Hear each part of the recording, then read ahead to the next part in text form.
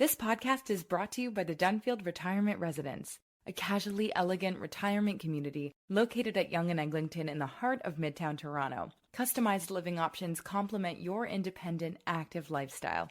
Learn more at thedunfield.com.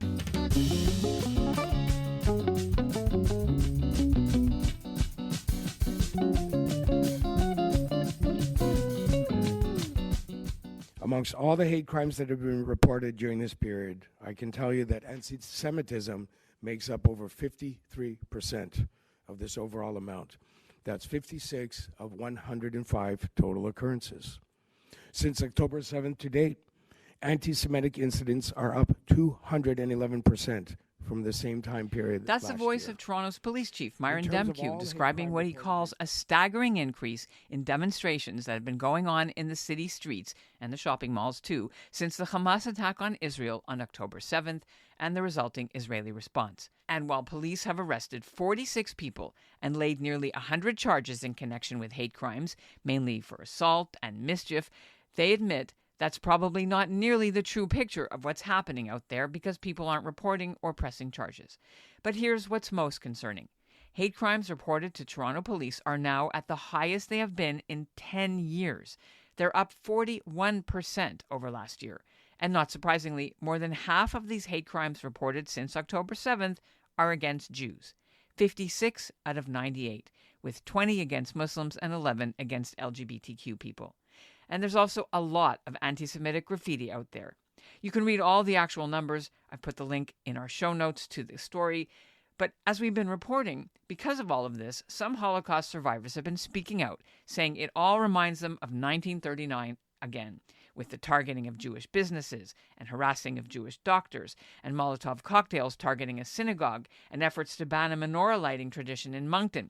But Holocaust experts say it's not the same, especially because, over the last few weeks, 6 Canadian provinces and territories just adopted mandatory Holocaust education, or expanded the courses on the Holocaust that their students have to take. It's not like the Holocaust where we were alone and neighbor turning on neighbor and the police were turning in their, citizens. And like it really does feel like we have the government, the provincial government behind us. So I'm Ellen Besner, and this is what Jewish Canada sounds like for Wednesday, December 20th, 2023.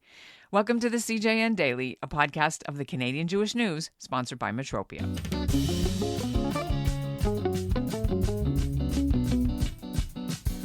It's not surprising that many Canadian Jews report feeling scared with those sobering new police statistics from Canada's largest city. And yet, in the past few weeks alone, we've also seen the governments of BC, Alberta, Manitoba, Saskatchewan, Yukon, and Ontario all announce they're bringing in mandatory Holocaust education. Or in some cases, like Ontario, they're expanding the existing courses to start now in grade 6, while other provinces also have some form of this training in their social studies curricula. Can Holocaust education help tackle what we're seeing in the streets and online today? And will it have to change after October 7th? And is what's going on actually comparable to the Holocaust? Joining me now to unpack all this current anti-Semitism and what the Holocaust has to do with it are Nina Krieger, the director of Vancouver's Holocaust Education Center, and Dara Solomon, who runs Toronto's Holocaust Museum. Thank you so much for having us. Well, it's good to meet you in these very fraught times. We wanted to bring you in because of your expertise in trying to figure out why so many provinces are now jumping on board to mandate Holocaust remembrance and Holocaust education, and then how it connects to what we're seeing today, which is an explosion of hate against Jews. I'll start with you, Nina.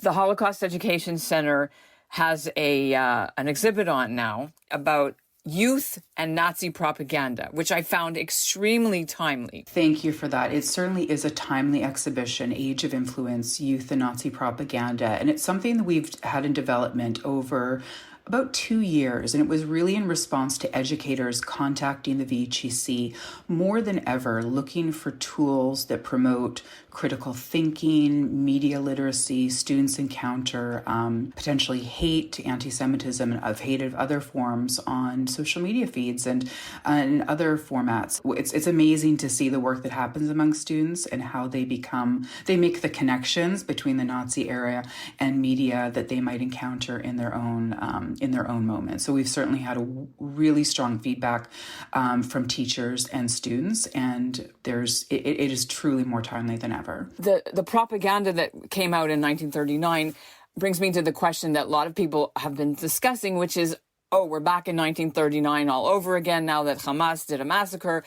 And yet Holocaust experts are divided on whether people should be saying that this is a Holocaust again. So I want to hear your takes on that comparison that is all over political leaders, media, etc. Sure, I can begin. I'm sure, Ellen, you know that in Holocaust education, we really treat the Holocaust as a singular event, and it's really important to show the uniqueness of that genocide, and we worry about Holocaust disinformation, minimization when you start comparing other genocides. So even when we do programs where we bring together survivors of the Holocaust with other genocide survivors, we're very careful not to be getting into this hierarchical conversation about who suffered more. It's very dangerous.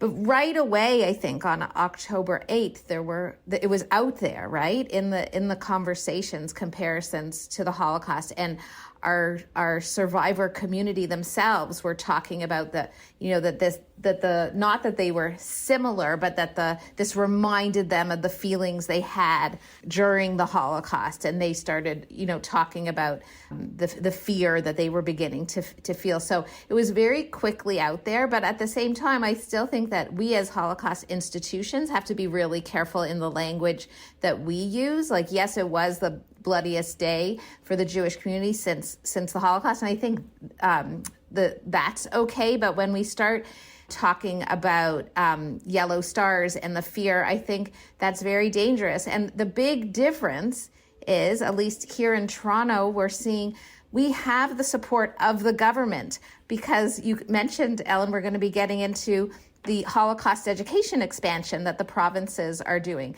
They're doing that in response to what's going on, in part, right? And then, of course, we have the police up and down Bathurst Street protecting the Jewish community.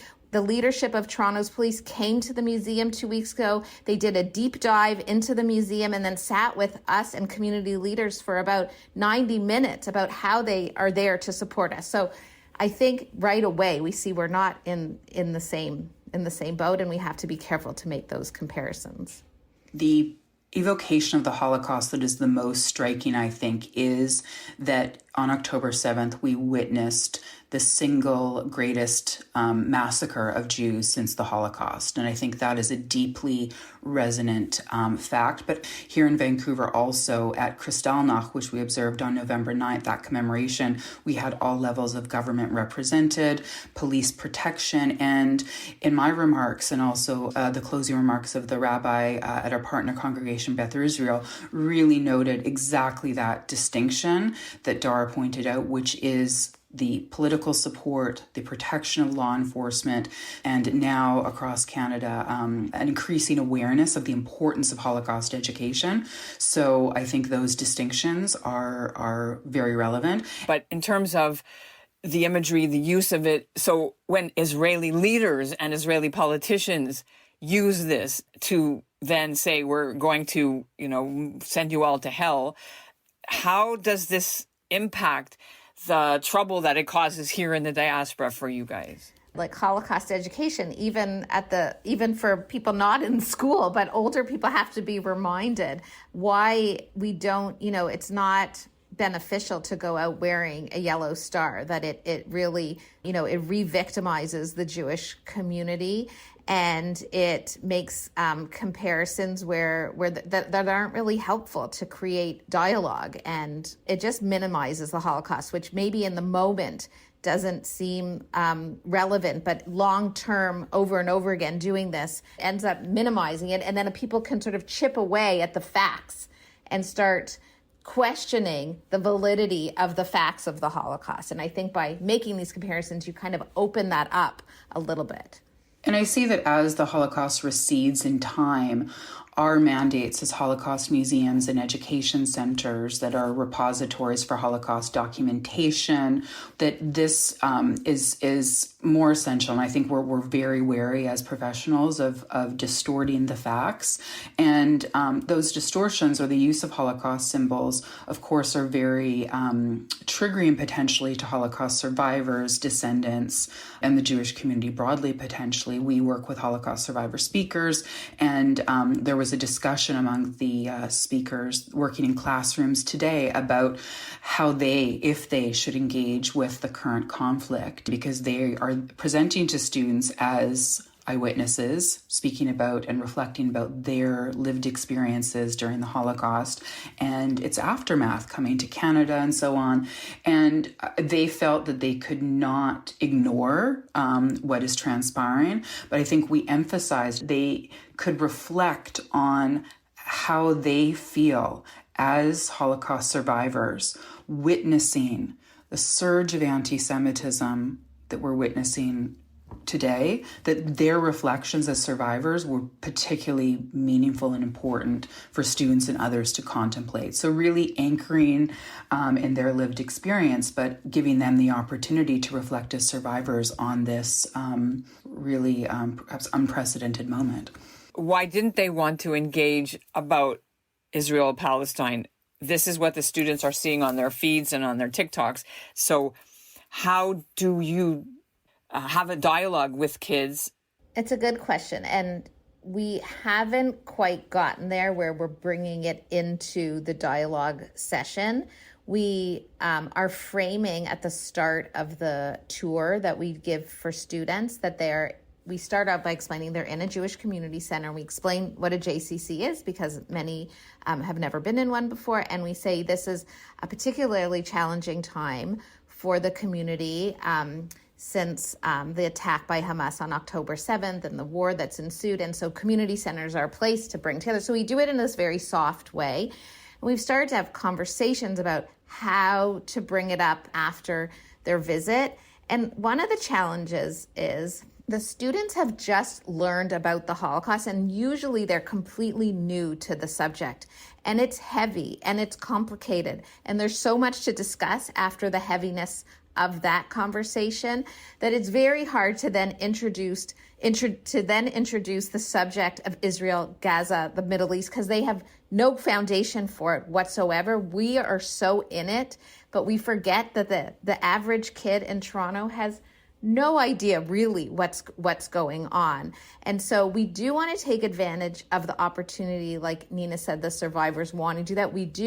We're trying to figure out how to address it in a way that doesn't bring in the politics, obviously, but just in terms of how it's impacting the community here and the rising anti-Semitism as a result of it, without getting into the sort of explanation of what's going on in Israel in detail. I guess the issue is how to effectively sort of connect the dots from the history to the current moment, because what we're finding is like there's a real gap in anti-Semitism education, right? Like that's not something that we do. We're not experts in that. And I think you don't want a trip to the Holocaust Museum to be like the box that they check if they have like anti-Semitism issues going on in the school, because then it's historical, right? So you need to be able to connect it to the present in meaningful ways, whether it's to the current moment, like what is happening on the streets of Toronto, or just to, how to be a better citizen, how to be a good neighbor. I think rounding that in the survivors' experience and perceptions is very key. And I think their wariness is that they're not necessarily, speaking to students as experts in Middle Eastern politics or the current crisis. And that's not our mandate or the expertise of our professional staff either. But I think by focusing on the Holocaust, there's still many questions that are broadly relevant and themes that are broadly relevant. So fundamentally, Holocaust education hopefully engages students in reflecting, and others in reflecting on their roles and responsibilities as citizens, in particular in times of moral crisis. You said, Nina, that learning about the Holocaust makes, quote, teaching and learning about the Holocaust contributes to a more cohesive and inclusive society where dignity and rights of all people are valued. How do we know that it works? So there are surveys conducted by the Israeli Foundation, a Holocaust Knowledge and Awareness survey conducted in 2018 by the Israeli Foundation and the Claims Conference that revealed some really striking critical gaps in Holocaust knowledge. Like 22% of young people, I think the ages of 18 to 34, had not heard of the Holocaust. But there was also, the study revealed a correlation between an individual's awareness about the Holocaust and likelihood that they would reject antisemitism and neo-Nazism. So, and there's also a really important study out of Australia that shows that students that have learned about the Holocaust, visited a Holocaust museum, have a greater sensitivity and welcoming attitude to newcomers and refugees. So it really is an opportunity to cultivate that more cohesive society, which fundamentally is a goal of public education in Canada, a diverse democracy that really requires people to live together. You're doing some of that, but that's really not your mandate, is what I'm hearing. Well, it's interesting. The grade 6 curriculum in Ontario that came out over the summer includes 2 strands. The first one is about the Jewish community here in Ontario, the settlement, the institution building, the anti-Semitism that they faced here in the 20s and 30s.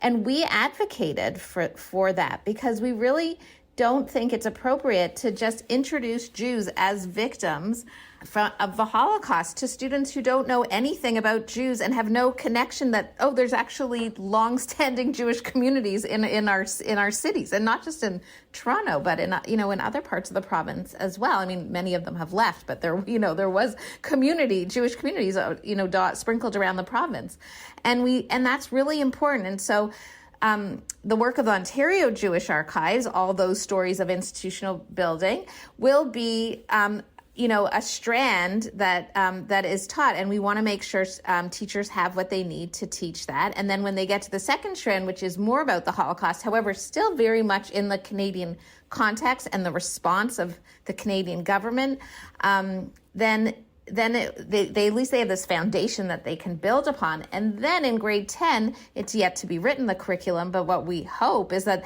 that's when they'll get into what happened, what did the genocide look like, because they'll be at the right age to start learning about that, and they'll have a stronger sense of history. And as Nina mentioned, the importance of critical thinking skills will be stronger. And so at that point, they can then really do this deep dive into the history and the aftermath of the Holocaust. So I think it's essential to introduce Jews as people, as Canadians, and so they get a sense of who we are today at the same time as learning the history. The good news, I guess, is so many provinces are coming on board quickly after a long time.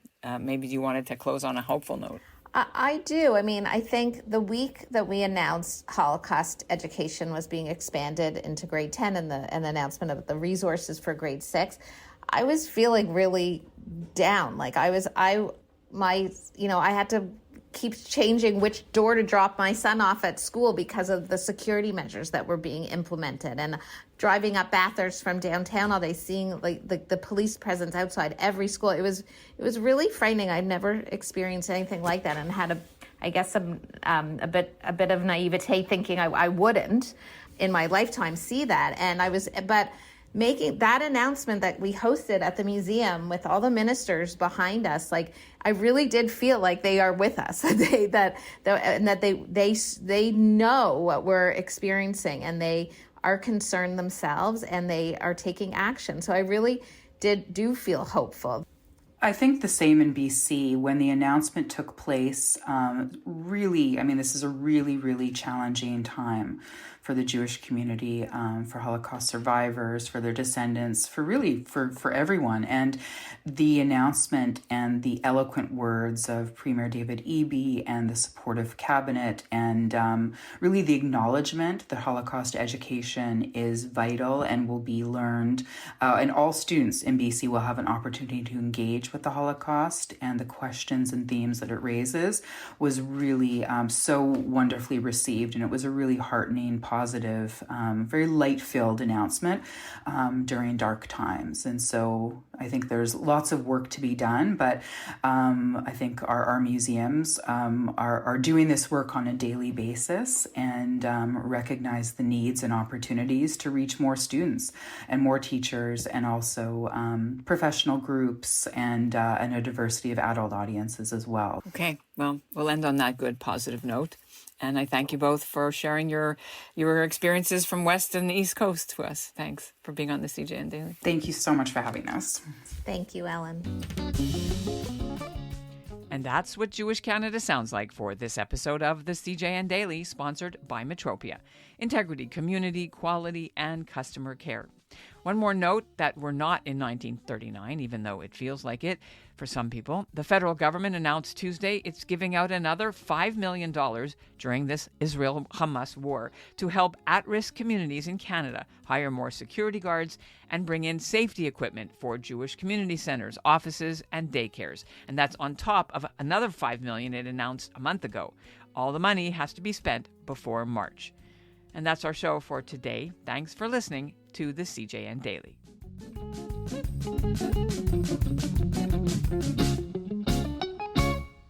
The Dunfield Retirement Residence offers customized living options to complement your independent, active lifestyle. Welcome home. Welcome to the Dunfield. Visit us at thedunfield.com to book a personal tour.